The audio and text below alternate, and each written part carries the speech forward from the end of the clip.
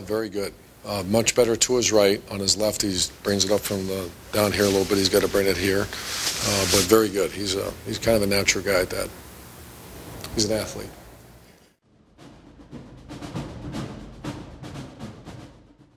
I don't think he's available this week. I'll know more today, but he's got that look in his face like he's dying to get out there, and I think he might practice this week. So I'll let you know, and I should know that, and I apologize I don't.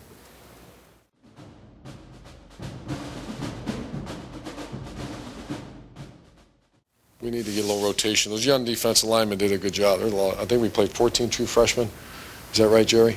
Yes. We played 14 true freshmen. Usually D linemen don't play as a true freshman, but that's the confidence we have in those guys. Tommy Shutt played. Adolphus Washington had a sack and played. Noah played, had a sack, and Pittman did not play.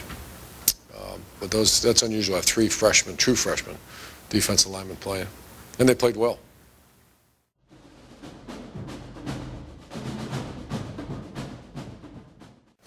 Well, I know that equalizer offense.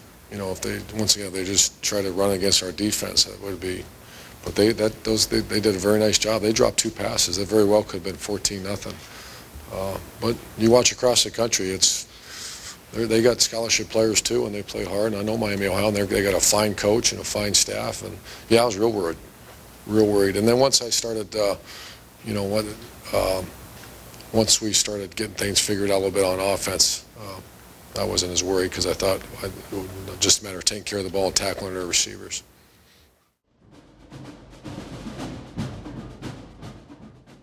Well, he's the offense coordinator, and it's not one of those by title only. He coordinates the offense. The good thing is Ed Warner is coordinator of the offense as well, and the other guys, Zach and Tim Hinton and Stan Drayton, are very involved. And they script. I want to make sure that's clear. When in between a series, he's not just calling plays out of right field. We say when we get the ball back, here's what we'd like to go with. And so everybody has their guys ready. That's what they do on the sideline. Say, get with the receivers. We're going to run the flood. We're going to run the levels pass. We're going to do this, this, this. And they get it set, and he calls it. And he did a very good job. So he has I'm not sure the leash is the right word, but he's got a lot of freedom to call that game.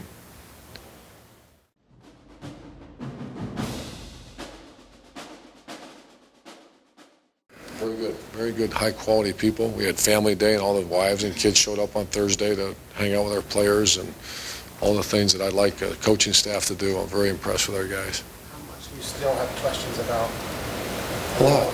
Yeah, a lot. And there's no way to test it until those situations occur. We finally hit one. We hit one in the middle of the first quarter where we gave up 2 big plays on defense. You were in reverse on offense, and I didn't feel our quarterback. I was really impressed with Braxton. Because I've seen players, overreact because coaches overreact like I was. But he was very good, and I thought Coach Fickle and we did a good job. They did a good job. There'll be many more storms to hit, so the evaluation continues.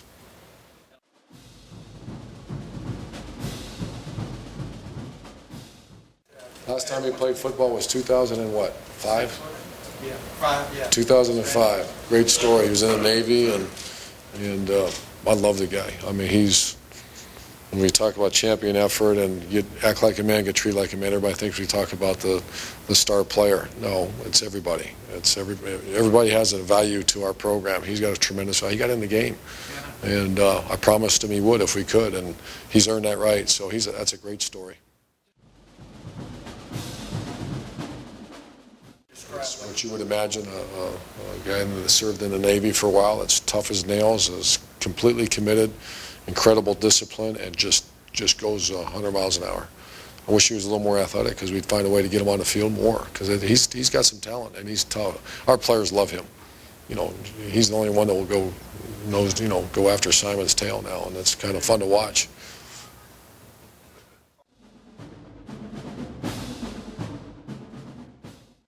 Yeah, he was getting it out, and Coach Fickle, probably for the right reason, they gave us a new personnel grouping, which happens in the first game, and we just actually met. That's why it's fresh in my mind that we dropped 8 a lot. The quarterback, I would grade Miami's game plan an A, because they said let's take Hankins out of the game. How do you do that? Throw the ball quick on 3-step drops, and roll out. They did a lot. If you remember, there was a lot of break contained passing, and that's your defensive tackle is non-existent. And when they ran the ball, they didn't run it for very far. So they did a good job. And then the second half, I think when Coach Fickle and we would communicate a little bit, we started getting a little bit ahead of them, and the offense started clicking a little bit. Now you become a little more aggressive. But that first quarter, they're out there for 28 plays and gave up 300 yards passing and 183 in the last 3 quarters, right? Was that right? So almost 200 yards in the first. I mean, it was a tough situation. But I didn't evaluate that he called a poor game at all, because that situation at that time said settle down, keep the ball in front of you, and that's kind of what we did.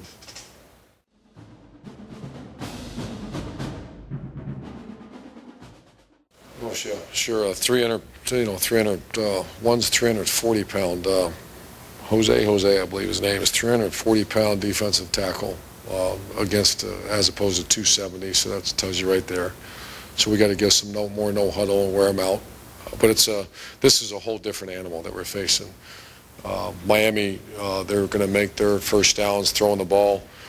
This team's going to run the power directly at you and get their first downs. So much different team, and a very talented team.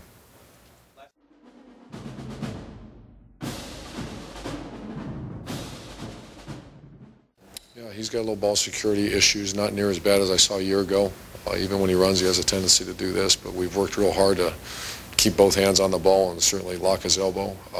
Those are concerns of a young quarterback. Old quarterbacks do the same thing, especially competitors. There were a couple reads, too, where, the same play most teams in America run, they read the defensive end. He pulled it a couple times when he should have gave it. And so the one thing about this style of offense, every play the quarterback has to make a read. Some offenses, you take a snap, hand the ball to the tailback, and hope things work out well. We don't have too many of those plays. He has to make a read on every play. So he's going to make a few mistakes.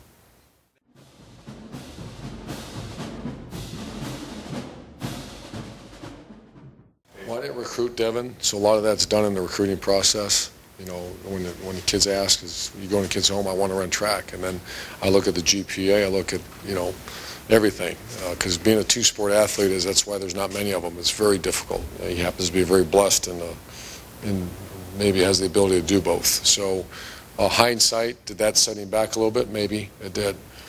But once again, I wasn't in the recruiting process, and I don't think it's right or fair right now to say you can't run track.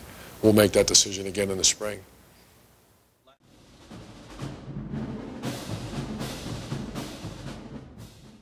Absolutely, great question. Because you can't get that in period number 4 of practices over in Ackerman Field, or you certainly can't get it on a Thursday practice. So you're in combat. You're in a real stuff. And his reaction, my reaction, it was very, very positive.